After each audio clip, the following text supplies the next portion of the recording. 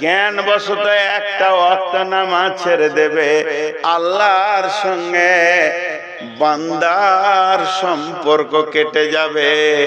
যেমন তালাক হয়ে গেলে স্বামী স্ত্রী সম্পর্ক থাকে না, ওইভাবে আল্লাহ বান্দা সম্পর্কটা কেটে যাবে। এরা হাজার কাঁদবে, দোয়া কবুল হবে না। আসমানের উপরে দূরের কথা, মসজিদের ছাদে পৌঁছাবে না, কারণ এরা জ্ঞান বশত ফরজ নামাজ ছেড়ে দিয়েছে।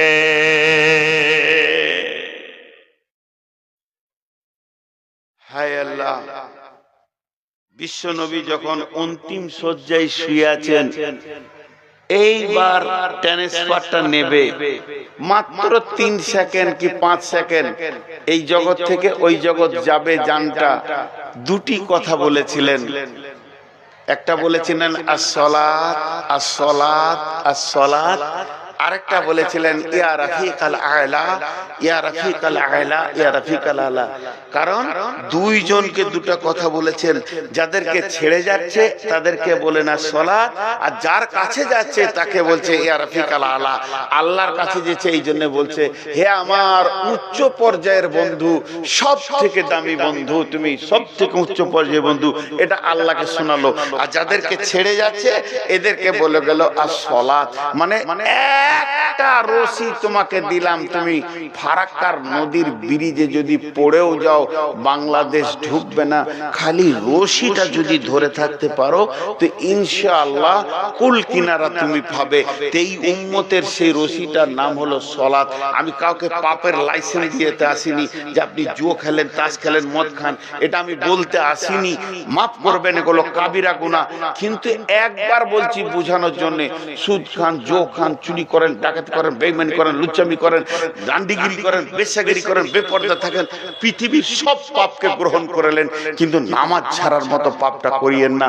ওইটা ধরে থাকেন, আল্লাহ আপনাকে টানবেই টানবেই টানবেই টানবেই, কুল কিনারা একবার পাবেনি। এটা ছিল এই উম্মতের রশি। এই রশিটাকেই ছেড়ে দিয়ে সে বাংলাদেশ বর্ডার পার হয়ে গিয়ে এবার চিল্লাইছে আমাকে কে তুলবি রে আয়, রশি ছাড়লি কেন? इस घर में आग लगी है घर ही की चिराग से। इस्लाम नामे जे प्रसादটা আছে, इस घर में आग लगी है घर ही की चिराग से। একজন বড় আলেম বলেছিলেন আমাদের বীরভূমের, इस घर में आग लगी है घर ही की चिराग से। কাকে দোষ দেবেন? আপনার চিরাগটা ঠিকমতো রাখা হয়নি, প্রদীপটা ঠিকমতো রাখা হয়নি।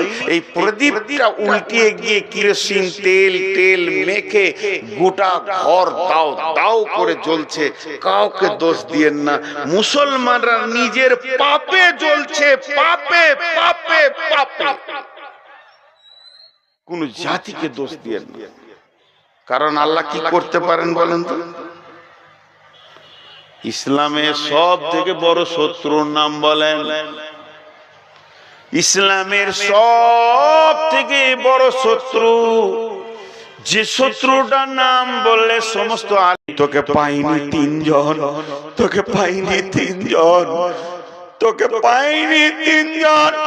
আহাব্বা ইলাইকুম মিনাল্লাহ, প্রতিদিন আল্লাহ তোকে 10 বার ডেকেছে, আয় আয় হাইয়া আলাস সালাহ, হায় হায়। আল্লাহ বলছে আমি কি তোদের কাছে এত ছোট হয়ে গেলাম?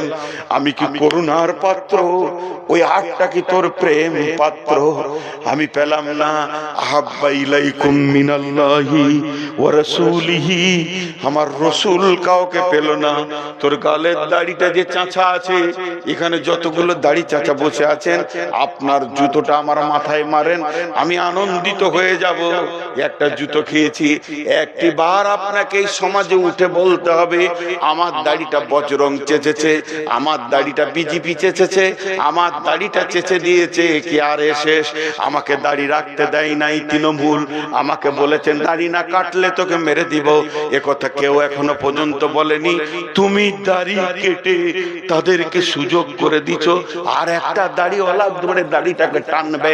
তুমি যদি না কাটতে তাহলে জানতো এরা দাড়িকে প্রেম দিয়ে ভালোবাসে।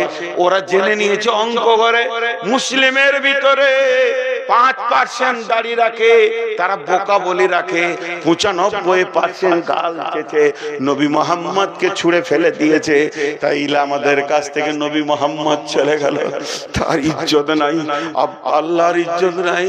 ও জিহাদিন ফি সাবিলিহি, এত বড় টেবিল আর বক্তব্য, দে বাপ টাকা দে, দে বাপ টাকা দে, রসুলের হাদিস পড়াবো, এত বড় যোগ্য আলেম বসে আছে, দে ভাই টাকা দে, বাপ বলছি হে ভাই টাকা দে, এই করে করে টাকা নিচে।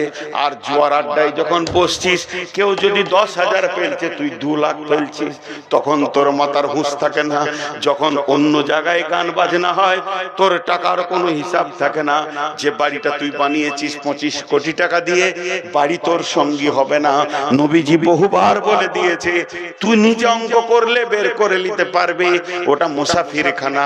তুই তোর বাপের ভিটাতে আছিস, আই তোর বাপ নাই, দাদা নাই, 3 পুরুষের আগে একবার যদি স্লিপটা তুলে দেখিস, রেকর্ড পর্চা কার নামে আছে, তারা কেউ নাই, তুইও থাকবি না। তোর পোতা এসে গেছে, ঘরটাকে দখল করবে, বলবে বুড়া মর, ঘর দখল করব, সেটার প্রেমে পড়ে রয়েছিস। 3 জনকে তুই ভিখিরি বানিয়ে দিয়েছিস। আল্লাহ হালকা করে বলছে, ফাতারাব্বাসু ফাতারাব্বাসু ফাতারাব্বাসু, দেখে লুব জানে না, এর শব্দের অর্থ হলো অপেক্ষা করো, হাত্তা ইয়াতি আল্লাহু বিআমরিহি, আল্লাহ যতদিন হুকুম না করেছে। ভাই মুসলমান, পা দুটো জড়িয়ে ধরে বলছি, এই যে বর্তমানে সমাজটা চলছে, মুসলমানদের উপরে যে রোলারটা চলছে, এক কথাই বলে দিছি, এটা বিজেপির দোষ নাই, বজরঙের দোষ নাই, এটা শিবসেনার দোষ নাই, এটা আরএসএসের দোষ নাই, এটা কারো দোষ নাই, এটা তৃণমূলের দোষ নাই। মুসলমানদের এই অবস্থাটা হওয়ার একটাই কারণ, মুসলমানদের উপরে আল্লাহ নারাজ হয়ে গেছে।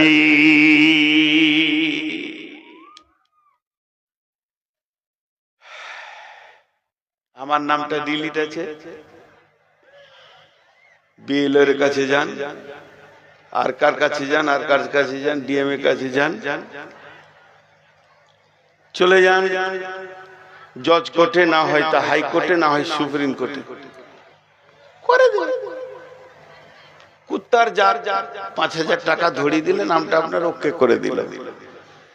আল্লাহর কসম দিয়ে বলছি, আল্লাহর কাছে গিয়ে বলেন যে এটা সিজদা করে দেন, আল্লাহ বলল করবো না। তো মুসলমান, আল্লাহ করবো না, তুই আমার মেজাজকে জ্বালিয়ে রেখে দিচ্ছিস। আমি যে মেয়েটাকে বিয়ে করেছি, আমার স্ত্রী, দিনে 5 বার থেকে 7 বার কথা বলি, বাইরে থাকলে 10 বারও বলি দিই, বিনা কারণ। ওর কণ্ঠস্বর আমাকে আনন্দ দেয়, ফোনে ওর কণ্ঠস্বর আমাকে আনন্দ দেয়, আমার দিলকে চয়ন শোধন করে দেয়। আমি কথা বলি ওর সঙ্গে, ও কথা বলে আমার সঙ্গে। ঈদে কি লাগবে, বকরা ঈদে কি লাগবে, শীতে কি লাগবে, যেন আমার একটা চিন্তা। মোবাইলে ফোন ঢুকছে না, কি হলো, রিচার্জ শেষ, ছাড়াম রিচার্জ। আমি ওর পাগল। কিন্তু ওই মেয়েটা, যে মেয়েটার জন্য আমি পাগল, দেওয়ানা মাজনুন, কিন্তু